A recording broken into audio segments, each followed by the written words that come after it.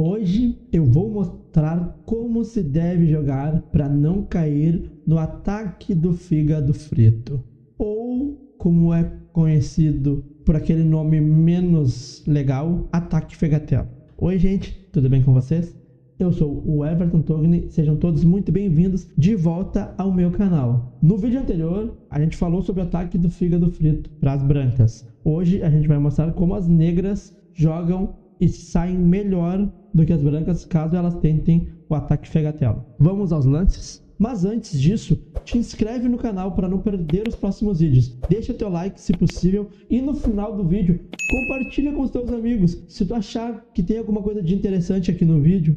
E comenta aí que é de boa e ajuda esse humilde canalzinho a crescer. Vamos aos lances. Bom, como a gente vai ver a defesa para o ataque fegatelo, a gente vai ver das perspectivas das negras, tá bom? As brancas começam com E4, E5, cavalo F3, cavalo C6, bispo C4, cavalo F6, cavalo G5, dando início ao ataque. Agora, bispo e cavalo batem em F7. Aqui as negras respondem com D5, E por D5 e aqui o lance cavalo A5. Esse é o lance que dá origem à nossa defesa.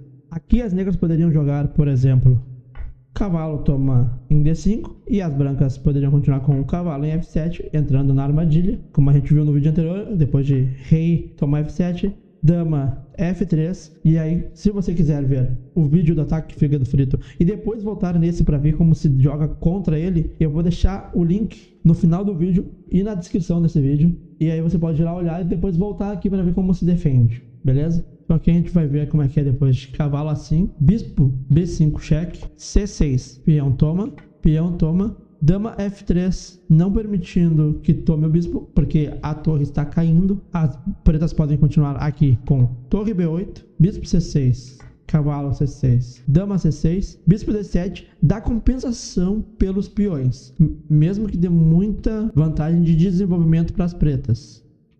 Após dama C4, leve vantagem para as brancas. Ao invés de bispo D7, cavalo tapando o cheque, D3, defendendo o cavalo que a dama atacava, bispo E7, cavalo F3, roque pequeno, cavalo C3, torre B6 ameaçando a dama, dama A4 e bispo B7, com uma leve vantagem para as negras nessa variante. Após peão toma peão, bispo A4 é um lance possível, H6, ganhando um tempo a mais atacando o cavalo, cavalo F3, E4, cavalo E5, bispo D6 ganhando mais um tempo e desenvolvendo uma peça, D4. Aqui, por exemplo, F4 é perdedor para as brancas, porque após bispo toma cavalo, peão toma cavalo, bispo G4, E por F6, bispo toma dama, F por G7, torre G8 e rei toma D1, as negras têm uma grande vantagem e devem ganhar a partida com alguma tranquilidade. Então aqui após cavalo em E5, bispo D6 ganhando o tempo, D4 protegendo o cavalo, peão toma peão em passante. Para quem não sabe o que é em passante, tem que pesquisar no YouTube aí que tem bastante, apesar de parecer um bicho de 7 cabeças, é bem simples. Cavalo toma, dama em C7, H3, roque pequeno e roque pequeno com um jogo igualado. Que agora a gente vai ver como seria se as brancas jogassem bispo em E2. É uma continuação um pouquinho mais tranquila para as brancas. A gente vai ver que depois de H6, cavalo em F3, E4, cavalo em E5.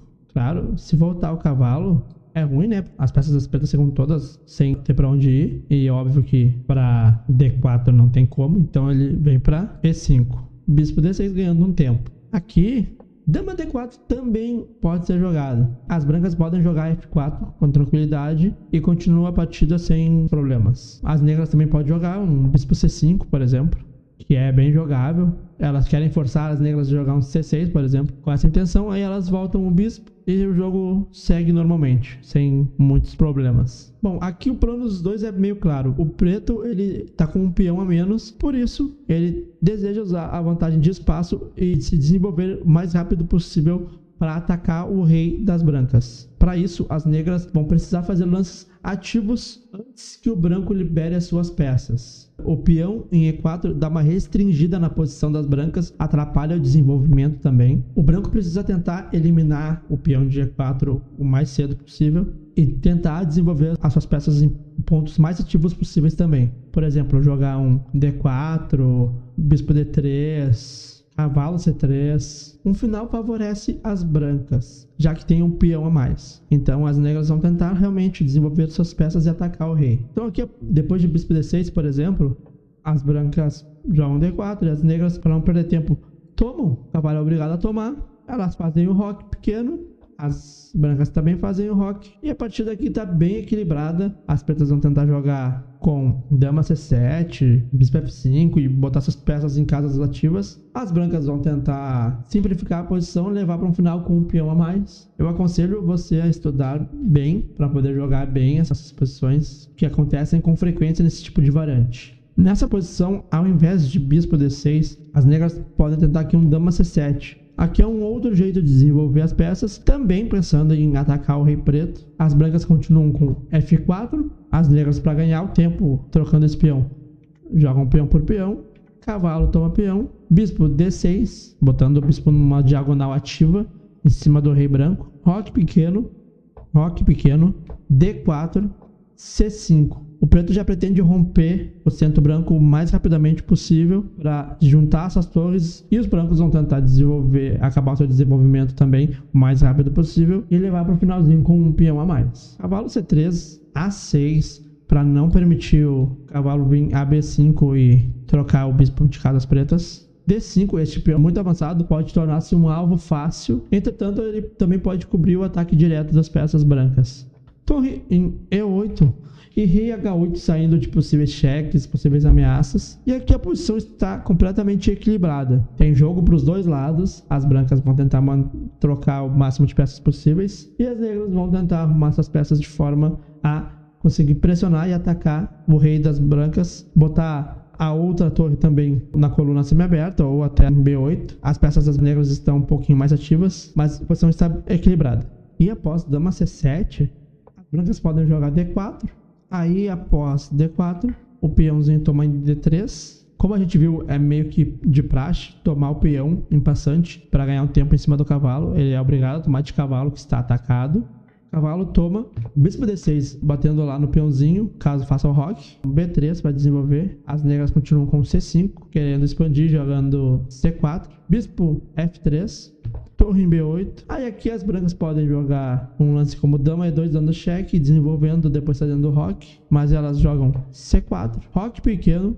Bispo B2 desenvolvendo o bispo, batendo no cavalo do roque das negras. Torre em E8. Rei F1. Eu não vou me aprofundar muito mais, né? Porque senão perde a moral do vídeo. Mas aqui a posição está equilibrada, apesar das brancas terem perdido o seu roque. Aqui também tem um lance que não é muito usual, que é o bispo D7. A preta tapa o cheque com o bispo. É um lance bem menos comum que C6, mas tem uma reputação teórica até que boa. Eu poucas vezes vi esse lance ser jogado. Após bispo D7, dama E2, bispo E7. Bispo em D6 também é jogável, mas aqui o mais comum depois de dama E2 é bispo E7, cavalo C3, roque pequeno, roque C6 é o lance mais comum, peão por peão, cavalo toma peão, bispo toma, é estranho, né? Mas é o lance mais jogado da posição. Bispo toma bispo, D3, cavalo em D5, cavalo toma D5, dama toma D5, cavalo C3, a posição está equilibrada. Apesar da vantagem de um peão das brancas, as negras têm o par de bispos. Agora, por exemplo, ela pode continuar com bispo D6, bispo em D2, torre de A, E8, bispo C3 e F5. Pretas iniciam um ataque para cima do rei das brancas.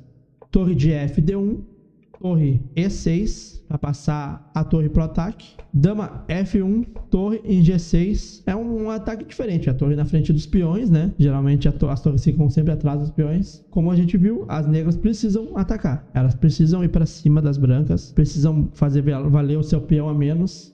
Então, por exemplo, essa é uma partida Bianchi versus Escobar. Não é o Pablo, eu acho. Que continua com F4, F3, bispo C5, D4, peão por peão, rei sai da cara, tava ameaçando tomar o bispo com cheque, torre H6, H3, torre em E8, A4, A6, torre D2, dama G5, trazendo a dama para cima do rei branco, bispo toma, torre toma, dama G3, e aqui as brancas abandonaram.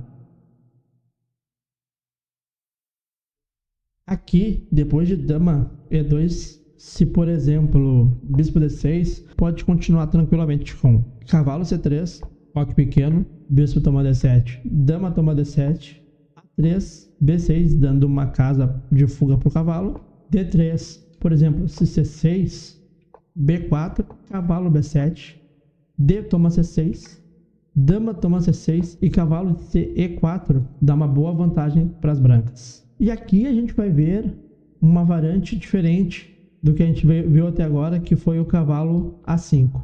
Aqui a gente vai ver um B5. Se por exemplo aqui bispo toma em B5, dama toma em D5, atacando o peão de G2, bispo toma e dama toma, roque pequeno, bispo B7, dama F3, E4, dama B3, e o jogo aqui ele tá equilibrado. Por incrível que pareça, aqui após B5, bispo F1 é o lance mais jogado. É estranho, né? Mas é o lance mais jogado. A gente vai dar uma olhadinha numa partida entre o Magnus Carlsen de pretas contra o Naidit, onde o Carlsen joga H6, o Naidit responde com cavalo em E6, F toma E6, D toma C6, bispo C5, D3, roque pequeno, bispo E3 para tentar trocar o bispo toma, peão toma e dama D6, colocando a dama numa casa ativa com uma pequena vantagem para as pretas, apesar dos peões dobrados. Eu não vou analisar toda a partida porque ela teve mais de 50 lances, mas o Carlsen, obviamente, ganhou a partida. Aqui, diferente do que o Knight jogou, ele jogou E6, cavalo toma F7, rei toma F7, D por C6, as brancas têm uma boa vantagem. As negras não têm mais o roque, as brancas vão conseguir tirar algum tipo de vantagem sobre isso. Então, apesar de parecer diferente ali aquele cavalo em E6, cavalo em F7 era melhor. Aqui depois de bispo toma, dama toma, cavalo em C3, as negras podem continuar com dama toma G2, ameaçando a torre e o cavalo. Então, dama F3, toma F3, cavalo toma F3, bispo D7, D3, e a posição ela é equilibrada. Eu aconselho a você estudar bem se você quiser jogar isso e se aperfeiçoar sempre em táticas. Resolvam problemas de táticas, porque essas variantes sempre tem muitas coisinhas táticas para resolverem. Então, se aperfeiçoem sempre, resolvam sempre problemas de táticas e de finais, sempre, ok? Bom, pessoal, eu acho que por enquanto é isso. Esse vídeo não tem a intenção de ser uma grande aula, não tem a intenção de fazer você um expert. A minha intenção é fazer com que você entenda e saiba o que pode e o que não pode jogar. Lembrando sempre, estudem os conceitos do xadrez. Se vocês souberem os conceitos do jogo, vocês vão saber jogar praticamente qualquer abertura. Algumas melhor que outras, mas se vocês souberem os conceitos do jogo, vocês vão saber jogar praticamente qualquer tipo de abertura. Eu espero que vocês tenham curtido o vídeo. Não esqueçam de se inscrever no canal. Deixa o joinha aí que é muito importante, ajuda o parceiro aqui. Compartilha o vídeo com os amigos de vocês. Comenta também se vocês tiverem algumas outras aberturas e armadilhas que vocês gostam de jogar. Deixa nos comentários aí embaixo. Eu vejo vocês no próximo vídeo. Muito obrigado. Tchau.